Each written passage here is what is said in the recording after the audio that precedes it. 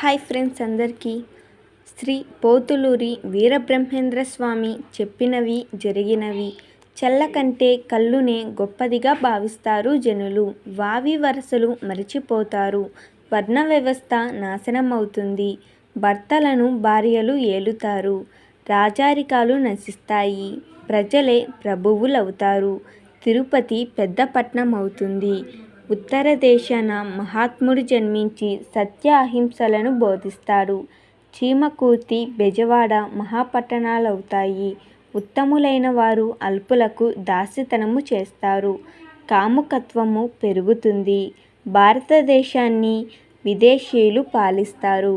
మాచర్ల రాజులు మదవతి కారణంగా సమస్తము సమసిపోదురు. కోటి విద్యలున్నా కూడులేక మాడిపోతారు. సర్వ వస్తువులు కల్తీ అవుతాయి.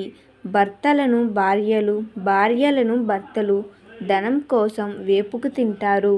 ముండమోపులు ముత్తైదువులవుతారు. నీటిని కొనుగోలు చేస్తారు. ఎడ్లు దున్నపోతులు లేకుండా బండ్లు నడుస్తాయి. మనుష్యులు పక్షుల్లా ఎగురుతారు. ఈ వీడియో కనుక మీకు నచ్చినట్లయితే లైక్ చేయండి, అలాగే షేర్ చేయండి, సబ్స్క్రైబ్ చేసుకోండి ఫ్రెండ్స్. థ్యాంక్